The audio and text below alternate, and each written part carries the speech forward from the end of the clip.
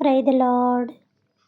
ప్రియమైన దేవుని బిడ్డలారా, దైవ సేవకులారా, నా ఫేస్బుక్, యూట్యూబ్, వాట్సాప్ ఫ్రెండ్స్ అయిన మీ అందరికీ కూడా నా యొక్క హృదయపూర్వకమైన ధన్యవాదాలు చెల్లించుకుంటున్నాను.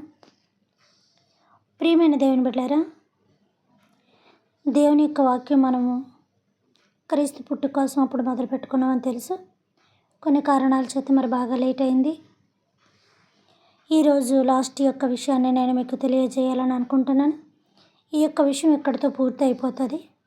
చాలా ఉన్నప్పటికీ ఇక్కడితో పూర్తి చేయాలనుకుంటున్నాను. ఎందుకంటే ఆ యొక్క వంశం ఎక్కడ నుంచి వచ్చింది అనేది చెప్తానని అన్నాను కాబట్టి లాస్ట్గా ఈరోజు అది చెప్పి ఈ విషయాన్ని ఇక్కడి నుంచి ముగించడం జరుగుతుంది.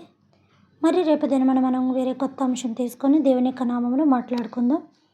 అదేంటంటే ప్రియమైన దేవుని బిడ్డలారా, ఆ యొక్క గృహకి అతను వారసుడై ఉన్నాడని చెప్పాం కదా. ఆ గృహకి అతను ఎందుకు, యేసుప్రభువారు ఎందుకు వారసుడై ఉన్నాడనే విషయాన్ని ఇప్పుడు మనం తెలుసుకుందాం. ఒకసారి చూడండి ప్రియమైన దేవుని బిడ్డలారా, మత్తయి సువార్త 1వ అధ్యాయము 1 నుంచి నేను చదువుతున్నాను, వినండి. అబ్రహాము కుమారుడగు దావీదు కుమారుడైన యేసుక్రీస్తు వంశావళి. చూసారా, అబ్రహాము వంశావళి అనొచ్చు, లేదా మొట్టమొదటి మనుషుడైన ఆదాము వంశావళి అనొచ్చు. కానీ అలా అనలేదు. ఎందుకంటే అబ్రహాం అనే వ్యక్తి మనకి ఇంపార్టెంట్ అయినవాడు. అతని నుంచి ఇసాకు ఇంపార్టెంట్. ఇసాకు నుంచి మరో ముఖ్యమైన శ్రేష్టమైన ఇంపార్టెంట్ అయిన వ్యక్తి ఎవరు అంటే యాకోబు. ఇంకా యాకోబు అనేటప్పటికి మీకు అర్థమైపోయింది కదా, 12 గోత్రాలకి మూల పురుషుడు అనమాట అతను. అబ్రహాము కుమారుడగు దావీదు కుమారుడైన యేసుక్రీస్తు వంశావళి. అబ్రహాము ఇసాకును కనెను, ఇసాకు యాకోబును కనెను. ఇక్కడ ఉంది, నేను చూడలేదు. అబ్రహాము ఇసాకును కనెను, ఇసాకు యాకోబును కనెను. అంటే ముఖ్యమైన వాళ్ళ పేర్లు ఇక్కడ ఇచ్చారు. ఆ పేర్లు కూడా దేవునికి కావలసిన వాళ్ళు, ఆయన చరిత్ర సృష్టించగలిగిన వారు. దేవుడు ఎవరి చేతే బలమైన కార్యం చేయించుకొని ఎవరిని దేవుడు ఎన్నుకున్నాడో వాళ్ళ పేర్లు మాత్రమే ప్రత్యేకంగా వివరంగా ఇక్కడ ఇవ్వబడ్డాయి. అందరి పేర్లు కూడా కాదు. పనికి వచ్చిన వాళ్ళ పేర్లే, ఉన్నవాళ్ళు పనికిరాళ్ళని కాదు, కానీ దేవుడు బహుబలంగా ఎన్నుకోలేని వాళ్ళు. అంటే ఇందులో చాలామంది కొంత పేర్లు ఉండవు, వాళ్ళని కూడా దేవుడు ఎన్నుకోలేదు. ప్రవక్తలు అని అనుకోవద్దు సుమా, ప్రవక్తలు ఉన్నారు. అంటే అందులో ఏలియా అని, ఎలీషా అని, ఇలాంటి వాళ్ళు, హిజ్కియా అని కొంతమంది రాలేదు. ఇక్కడ ఆయన వంశంలోంచి వచ్చిన వారు మాత్రమే వచ్చారు. అబ్రహాము కుమారుడగు దావీదు కుమారుడైన యేసుక్రీస్తు వంశావళి. అబ్రహాము ఇసాకును కనెను, ఇసాకు యాకోబును కనెను, యాకోబు యోదాను అతని అన్నదమ్ములను కనెను, యోదా తామారు నందు పెరెస్సును జెరహును కనెను, పెరెస్సు ఎస్రోమును కనెను, ఎస్రోము ఆరామును కనెను, ఆరాము అమీనాదాబును కనెను, అమీనాదాబు నయస్పోనును కనెను, నయస్పోను షాల్మానును కనెను, షాల్మాను రహబాము నందు బోయాజును కనెను, బోయాజు రూతునందు ఒబేదేదును కనెను, ఒబేదేదు యెషయాను కనెను, యెషయా రాజైన దావీదును కనెను, ఉరియా భార్యగా ఉండిన ఆమె యందు దావీదు షొలొమోనును కనెను, షొలొమోను రెహబామును కనెను, రెహబాము అబీహును కనెను, అబీహు ఆష్మానును కనెను, ఆషా యెహోషువపాతును కనెను, యెహోషువపాతు ఆరామును కనెను, ఆరాము ఉజ్జియాను కనెను, ఉజ్జియా యోతామును కనెను, యోతాము ఆహాజును కనెను, ఆహాజు హిజ్కియాను కనెను, హిజ్కియా మనిషియాను కనెను, మనిషియా యామోనును కనెను, యామోను యెషయాను కనెను. యూదులు బబులోనునకు కొనుపోబడిన కాలములో యెషయా యెకొన్యాను కనెను, యోషియా యాకోనును కనెను, సహోదరులను కనెను. బబులోనునకు కొనుపోబడిన తరము యాకోన్యా ఎఫ్తాలి ఏయేలును కనెను, ఎస్తాలియేలు జెరుబాబెలును కనెను, జెరుబాబెలు అబీహూదును కనెను, జెరేహునందు ఎల్కామును కనెను, ఎల్కేము అజోరును కనెను, అజోరు షోదోకును కనెను, షోదోకు అకీమును కనెను, అకీము ఎలీహూదును కనెను, ఎలీహూదు ఎలియాజరును కనెను, ఎలియాజరు మతానును కనెను, మతాను యాకోబును కనెను, యాకోబు మరియ భర్త అయిన యోసేపును కనెను, ఆమె యందు క్రీస్తు అనబడిన యేసు పుట్టెను. ఇట్లు అబ్రహాము మొదలుకొని దావీదు తరము వరకు 14 తరములు, దావీదు మొదలుకొని యూదులు బబులోనునకు కొనుపోబడిన కాలము వరకు 14 తరములు, బబులోనునకు కొనుపోబడినది మొదలుకొని క్రీస్తు తరము వరకు 14 తరములు. ప్రియమైన దేవుని బిడ్డలారా విన్నారు కదా, ఇది 14 అనే తరము నేను ముందులోనే చెప్పానన్న విషయం మీకు తెలుసు. కాబట్టి ఇప్పుడు ఇవన్నీ కూడా చదువుకుంటూ వచ్చాను. ఈ క్రీస్తు తరం ఎక్కడి నుంచి వచ్చిందంటే అబ్రహాము నుంచి ఇసాకు వచ్చాడు, ఇసాకు నుంచి యాకోబు వచ్చాడు, యాకోబు నుంచి 12 మంది వచ్చారు, 12 మంది నుంచి వీళ్ళందరూ వచ్చారు, వీళ్ళందరి నుంచి బోయాజు వచ్చాడు. ఎందుకంటే బోయాజు ఆ యొక్క గృహని కట్టాడు. ఆ గృహ ఏంటో తెలుసా? ఒక పెద్ద కొండ. ఆ కొండని తన భార్య కోసం తొలిపించి 2 అంతస్తుల బిల్డింగ్ లాగా 2+ బిల్డింగ్ లాగా చక్కగా అందంగా అలంకరణ చేసుకున్నాడు. ఆ భార్య అయ్యే రూతు. ఆ రూతు కోసం ఆ ఇల్లు కట్టించడం జరిగింది. అది ఒక కొండ. ఆ కొండలోనే ఇల్లు నిర్మించుకున్నారు. కొండ మీద ఇల్లు ఉంటాయి చూసారా? కొండ గృహాల్లో ఇల్లులు కట్టుకుంటారు చూసారా? అప్పుడు అన్ని క్రీస్తు పూర్వంలో కొండల్లోనే ఇల్లులు కట్టుకుంటూ ఉండేవారు. కొండను తొలిచి ఇల్లు భాగం కింద కట్టుకుంటూ ఉండేవారు అనమాట. అలాగా ఈ కొండని తొలిచి కొండని ఇది చేసి 2 అంతస్తుల బిల్డింగ్లో 2+ ఇల్లాగా అతను ఆ కొండని నిర్మించి ఆమెకు మంచి ఇల్లు కట్టించి ఇచ్చాడు. వాళ్ళ జీవితము వాళ్ళ జీవనం అంతా కూడా అక్కడే సాగింది. ఈ బోయాజు అందులో కాపురం ఉన్న తర్వాత ఆమెకు పుట్టిన ఎవరు? బోయాజు భార్య ఎవరు? రూతు. ఆ తల్లి కాడి నుంచి మొదలైంది వంశావళి. అంటే ముందు అబ్రహాము కాడి నుంచి మొదలైంది. తర్వాత ఎప్పుడైతే బోయాజు కన్నాడో అక్కడ నుంచి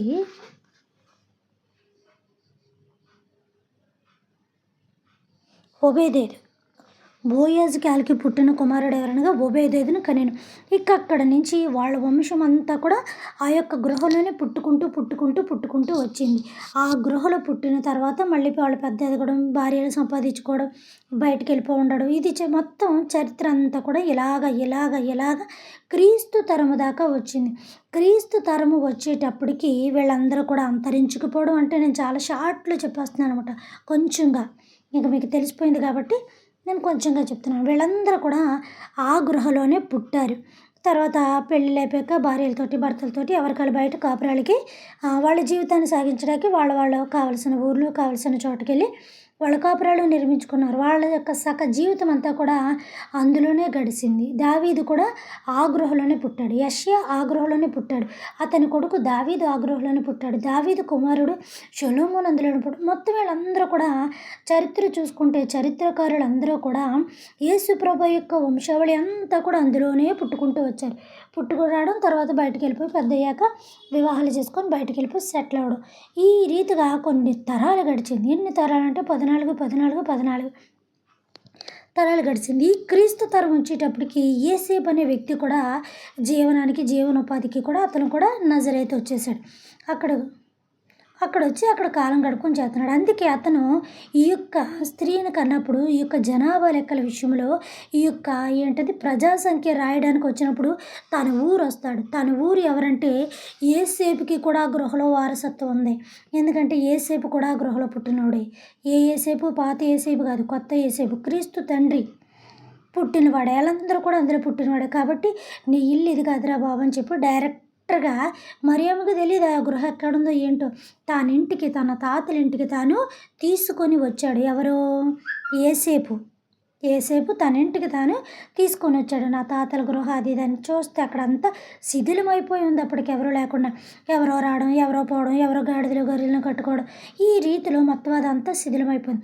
కాబట్టి ఇతను కూడా ఇక్కడే జన్మనివ్వాలి అని ఇది చేశాడు. అందుకే దేవుడు స్వప్నములోనే ముందు తనతో మాట్లాడి, నీ గర్భమున శిశువు పుట్టబోతున్నాడు, పలానా ప్లేస్కి వెళ్ళిపో, ఇతను చంపబోతున్నాడు అని అంటే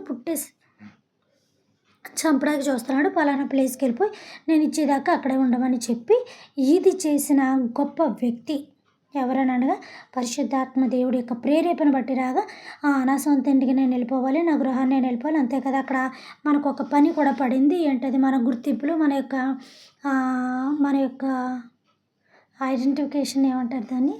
గుర్తింపా? అదే మనం కూడా ప్రజల్లో ఒక గుర్తుగా ఉండాలి కాబట్టి ఇది వచ్చిందని చెప్పి దేవుడు ఆ క్షణాన్ని అలా దాటిచ్చేస్తాడు. ఇతనికి కూడా ఎక్కడ అడ్రస్ లేక కాలగమనంలో తిరగట్లేదు. అడ్రస్ లేని వ్యక్తి కాదు యేసుక్రీస్తు ప్రభువారైన తండ్రి. ఏసేపు అడ్రస్ లేని కేర్ ఆఫ్ అడ్రస్ లేనివాడు కాదు. అలా అలా గాలిలో తిరగడానికి దారిలో పుట్టేసింది, అక్కడ పుట్టింది, ఇక్కడ పుట్టింది. క్లియర్గా సత్రములో పుట్టి నేనంతా కూడా చూపించేశాను. సత్రంలోనే పుట్టాలి, పుట్టి తీరాలని ఎందుకన్నానంటే ఏసేపు కూడా అందులోనే పుట్టారు. ఈ వంశావళి అంతా కూడా అందులోనే పుట్టుకొచ్చింది కాబట్టి లాస్ట్ చిగురు కూడా అందులోనే పుట్టాలరా.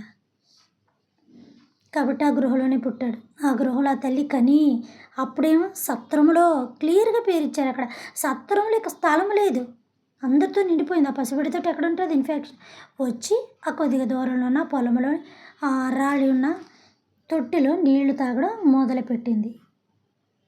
గొర్రెలన్నీ కూడా నీళ్ళు తాగాక ఉన్న ఆ యొక్క రాతి తొట్టిలో శుభ్రం చేసి ఆ తల్లి చక్కగా పొత్తిగుడ్డలతో చుట్టి అందులో పెట్టడం జరిగింది.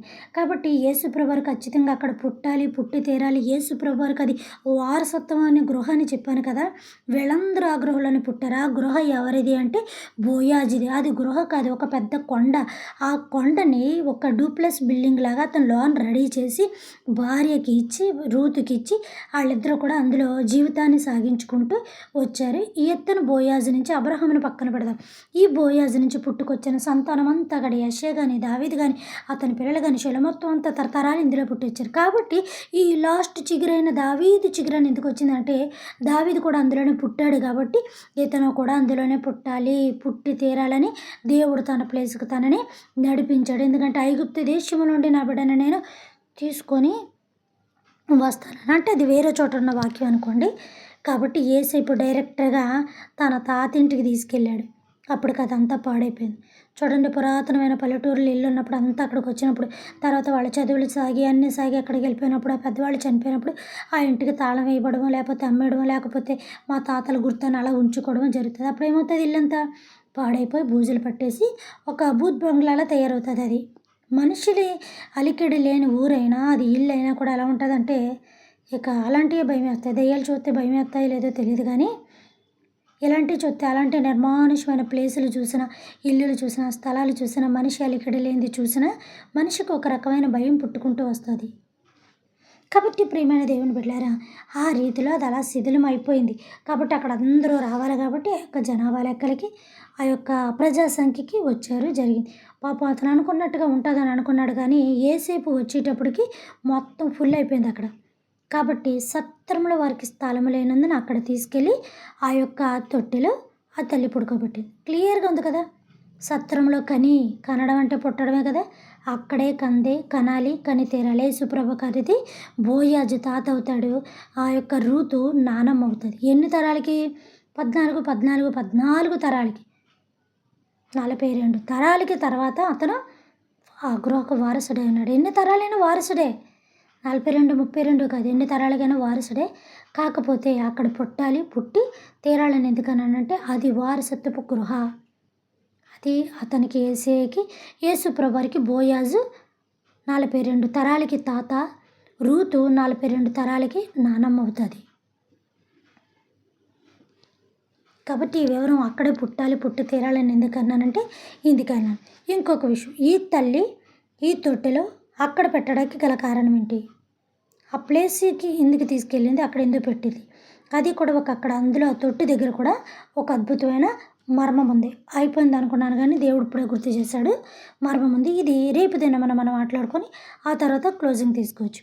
పరలోకమందున్న మా తండ్రి, మీ నామము పరిశుద్ధపరచబడును గాక, మీ రాజ్యం వచ్చును గాక, మీ చిత్తము పరలోకమందును నెరవేరినట్లు భూమి అందును నెరవేరును గాక. మనదైన ఆహారం నేడు మాకు దయచేయమయ్యా. మా యొక్క బోనస్సుల అపరాధములను మేము క్షమించిన ప్రకారము మా అపరాధములను మీరును క్షమించండి తండ్రి. మమ్మల్ని శోధన నుంచి ఎక్కడిని తప్పించుము నాయన. రాజ్యము, శక్తి, మహిమ నిరంతరము మీరై ఉన్నారు తండ్రి. ఆమేన్. దేవుడు మనందరినీ దీవించి ఆశీర్వదించును గాక. Good night.